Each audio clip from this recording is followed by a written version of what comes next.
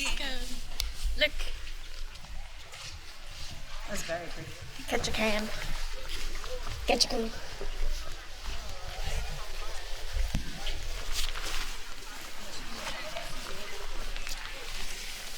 What?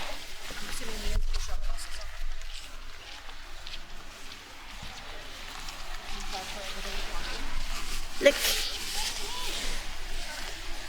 So at Ward's Cove, this is not the main dock. This is, I guess, Please an keep extra left. dock. And we had to dock here because there's a lot of ships in port today. So we basically have to take a shuttle bus over to the downtown area of the port. So we are currently walking.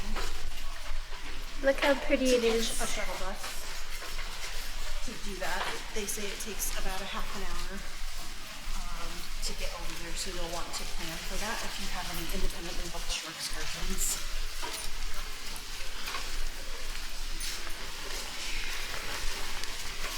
This is where we wait for the shuttle here.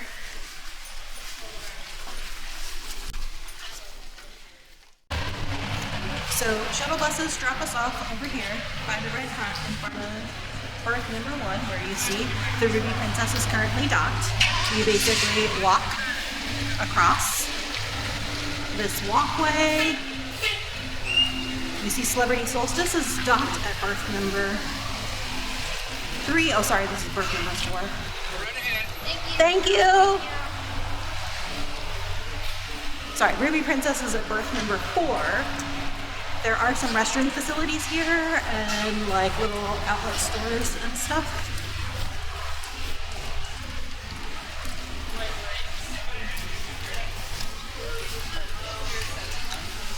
We are on our way to the visitor center, which is where we are meeting our independent tour operator. So the Solstice over here is docked at berth number 3. There are some outlet stores here where if you do happen to forget a jacket or something, you can buy raincoats, fleeces, things like that. Prices are not totally unreasonable, way cheaper than they are on the ship for sure.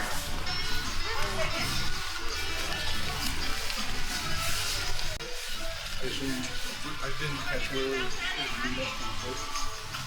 To the visitor center. She said it has a green hood on it. We are currently headed towards the visitor center, which is supposedly a log cabin with a green roof on it. Here she is, the Celebrity Solstice, berth number 3. So this ship is actually smaller than the Ovation of the Seas, which is the one that we are on, which is how we ended up at Ward Cove and had to shuttle over. The shuttle ride was maybe about 20-ish minutes to get over here, but they say to plan for half an hour because the roads are kind of narrow and the buses can't actually pass each other. Look at Steen, that's a pretty walk.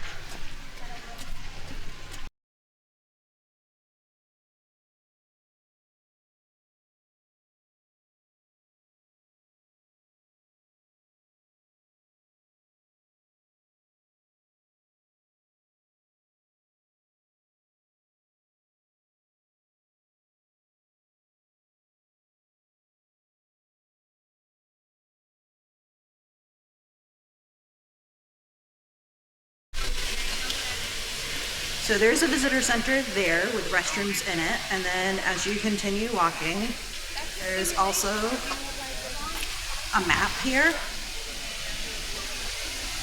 which tells you, a little map, tells you how to get to what you're looking for, and then we're going to continue walking towards berth number 2,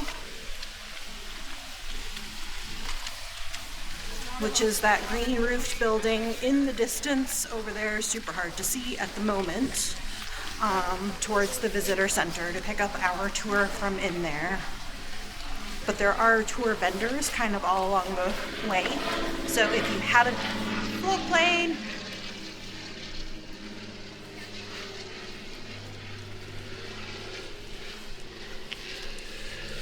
So if you haven't already booked an excursion, there are plenty of vendors out here that are selling excursions for different experiences all along the way. is so pretty here. So here's the port security building. And as we continue forward, you see the visitor center straight ahead. Berth number 2 currently has the Seabourn Odyssey docked. And it looks like there is a Carnival ship parked at berth number 1. Now, to get to Creek Street, you would go past berth number 1, and it's up and to the left is where Creek Street is. And at this time of year, they said that you're really lucky because you get to see the salmon spawning. Lots of shops and cute stores downtown.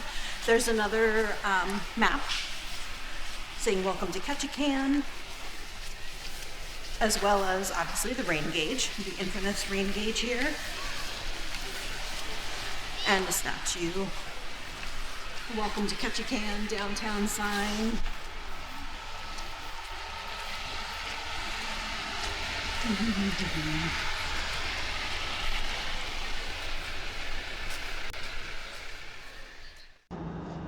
After checking in for our trolley tour at booth number 17, we waited about 15 minutes for the trolley to arrive. The one thing to be aware of is the trolley picks up at the cruise ships first, for those that book through the cruise lines, before making its way downtown to pick up those of us who book directly with Alaska Shore Excursions. At the time of booking in August 2022, I believe we paid $76 per person for this tour, and it was being offered for $139 through the cruise line. The front section of the trolley has forward-facing bench seats, and the rear of the trolley has side-facing bench seats. They provided blankets and umbrellas on the trolley.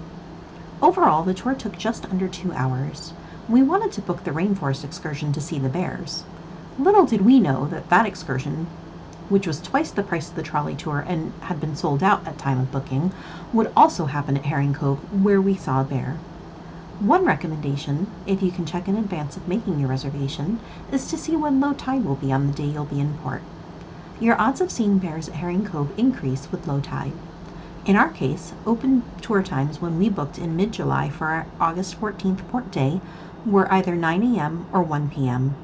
Low tide was predicted to be in the morning based on the research we had done on NOAA and U.S. Harbor site. So we chose the 9 a.m. tour time, and we did get to see a bear and a bald eagle in the Herring Cove area. Our tour guide Jeff was great about stopping the trolley to point out any wildlife that was around, including any potential whale sightings. I'll link to the sites for NOAA and U.S. harbors that we used to check out the low tide and high tide times in the description below. It's a little bumpy out here in the water. See a log.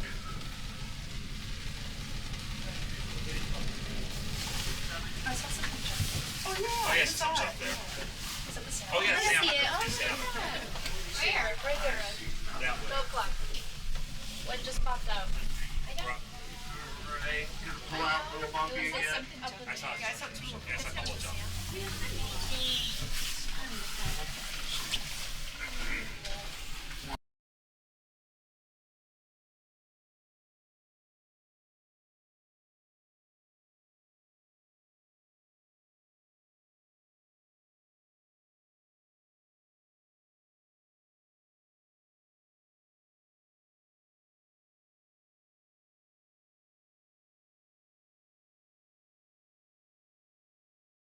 Clearing.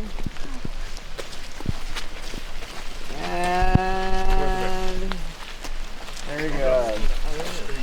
Oh, do you see it? Oh, so he might make it over here. Thank God.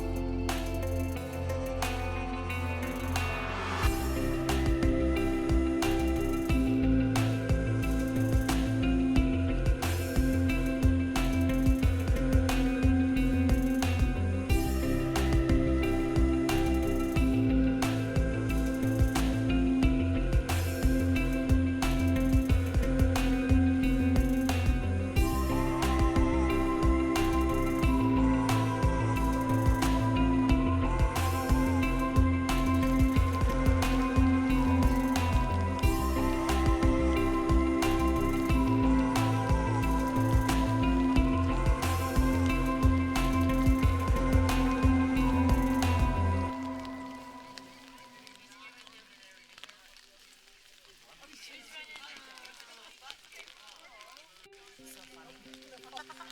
That'd be Remy. That's Remy.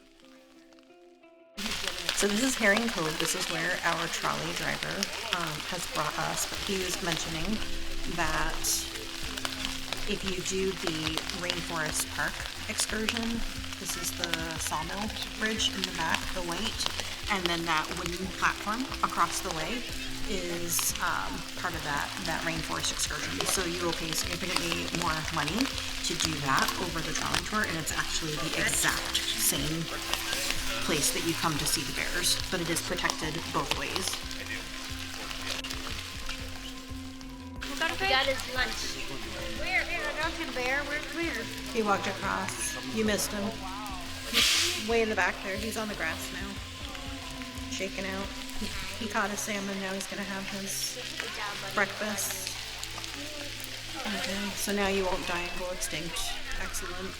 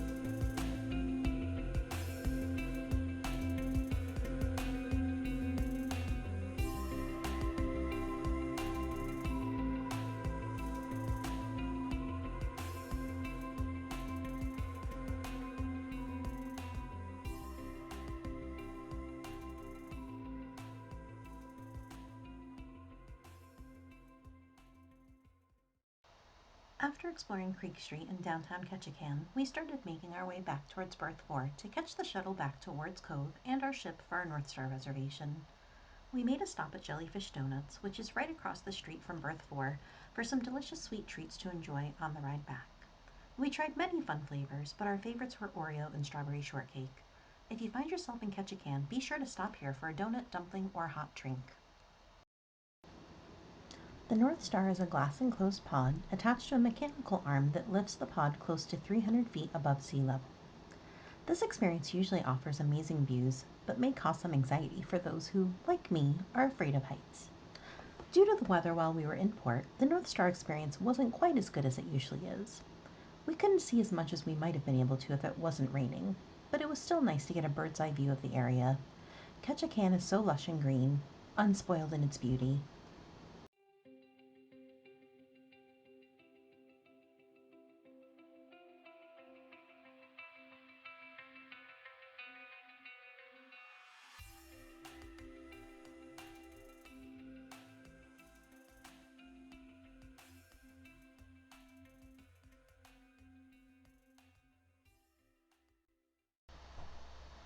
Final thoughts as we sail away from Ketchikan. This was the first time we've ever booked independent shore excursions. We were very pleased with our trolley tour and guide Jeff. He was entertaining and informative. We made our reservations online through Alaska Shore Excursions about a month before our trip. The link is in the description below. The best advice the local tour operators had for us was to not book our shore excursions through the cruise line beforehand, especially if you're looking to do any that involve float planes or helicopters. They told us the same seats the ships sell for $600 a passenger can oftentimes be sold for $100 per person on the day of because they can't or won't send the tour up unless all seats are filled. And if you have a large group, to contact them directly in advance and they can work out group pricing. I was anxious about not booking through the cruise line, but the cancellation policy was more than fair and would have covered us in the event we missed the port, had a medical emergency, were delayed, or missed getting back to the ship in time.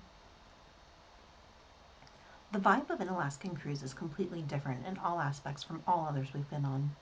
Ketchikan was our first Alaskan port stop on this itinerary, and while the time change was rough on the entire family coming from the East Coast, there's a sense of peace and calmness that envelops you from the moment you wake until the moment you go to bed.